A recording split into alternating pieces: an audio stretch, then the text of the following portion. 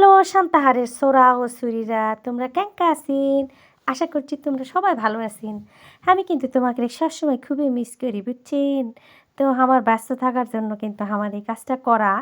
তা তোমরা কেমন আছেন আমাকে কমেন্ট করে জানাবেন। আজকে আর তোমাকে অনেক পুরানো একটা ভিডিও দেখাবো, কিন্তু আমার মনে হয় ভিডিওটা তোমাকে সেই ভালো লাগবে, বুঝছেন?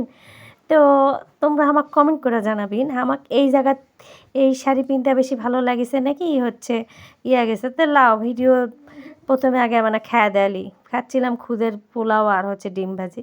তো রান্নাকর্ম হচ্ছে সব রকম সবজি। এক ভাই আমাকে লেগেছে, আমি বলে মুরগি আন্দা ছাড়া আর কোনো আন্দা পারি না। ভাই আমি সবই মোটামুটি রান্দা পারি। এই দেখো মোমো বানাচ্ছি ফার্স্ট টাইম। তো শেপ টেপগুলো আমি দেখাইনি, কারণ আমি নিজেই প্রথম আজকে বানাছি। তো নেক্সট টাইম তোমার সাথে একটা বড় ভিডিও আমি শেয়ার করবো। তো এটা হচ্ছিলো ফ্রাইড মোমো, সব ইউটিউব দেখে দেখে কিন্তু আমি করেছি। তো খেতে এতই স্বাদ হসলো রে বা, তোমাকে কি আর কমো, বুঝছেন? মুখে লাট্টালেও মনে করো সবটা খুসবে না।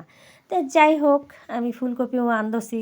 তো এই আমি গাঁত আগ করে কিন্তু হলে আমি ভিডিও তুলে ধরে দেখাচ্ছি তোমাকে, বুঝছেন? ওই ভাইটা যা আমাকে কইছে, আমি বলে আর কিছু আনদি না, খালি মাংসই আনদি।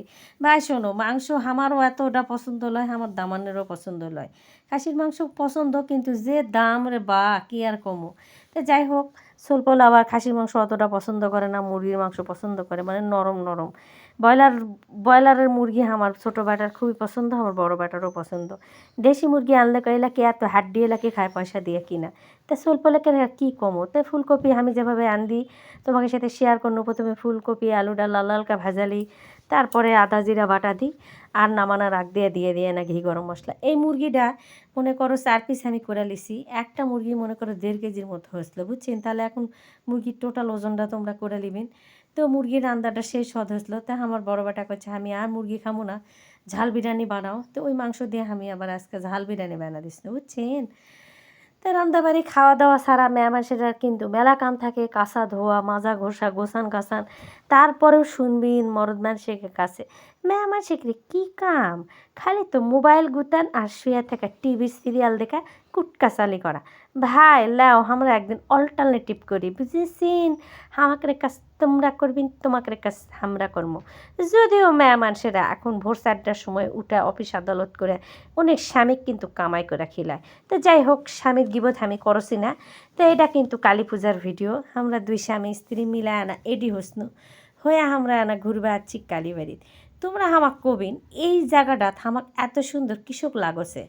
একই শাড়ি পিন্ধে আমি আবার তারাপুরও গেছিলাম, বুঝছেন?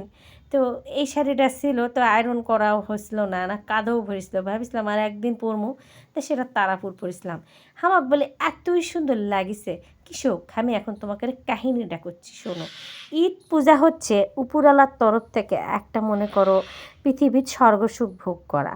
কালী পূজার রাত চারিদিকে আধার অন্ধকার কুটকুটা কালো থাকে, বুঝছেন?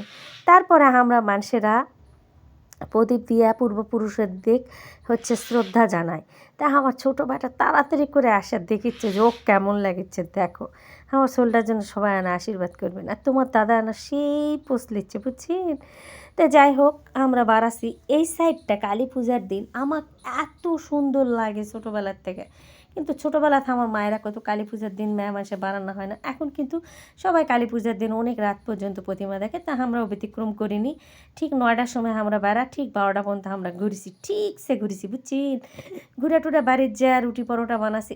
এই দেখো অনিল দাদা আমাকে দেখে হাই দিচ্ছে, আমি আবার ঘুরে আসা তুলে নিল, কারণ সে আমাকে অ্যাপ্রিসিয়েট করেছে যে আমি ভিডিও করেছি, তাক যেন আমি এনে তুলি।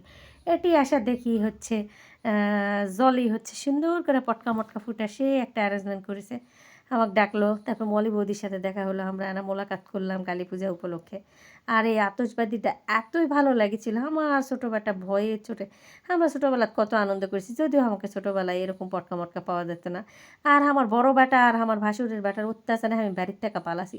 সেই সন্ধ্যা 7টার তিনি শুরু করেছে, রাতের 9টা পর্যন্ত আমি করছি বাবারে তোরা না থামে, আর ফুটাস না আর ফুটাস না। তো ক্যাঙ্কা লাগলো তোমরা কমেন্ট করে জানাবেন। তো সব মিলা ছিল কালী পূজার রাতটা অসাধারণ, আমার কিন্তু খুব ভালো লাগিছে। আর পূজা পাঠ মানে সবার সাথে বেশি আনন্দ। তো ওই ভিডিওটা তোমাকে কেঙ্কা লাগলো কমেন্ট করে কিন্তু জানাবেন। কালী পূজা আবার সামনের বছর সবাই মিলে আনন্দ করবো যদি বেঁচা থাকি আর কি। তো লাভ আজকের মতো চলে যাচ্ছি, আর ভালো লাগলে না লাইক কমেন্ট শেয়ার করে দিবেন বুঝছেন। তো লাভ আজকের মতো আমি চলে গেল।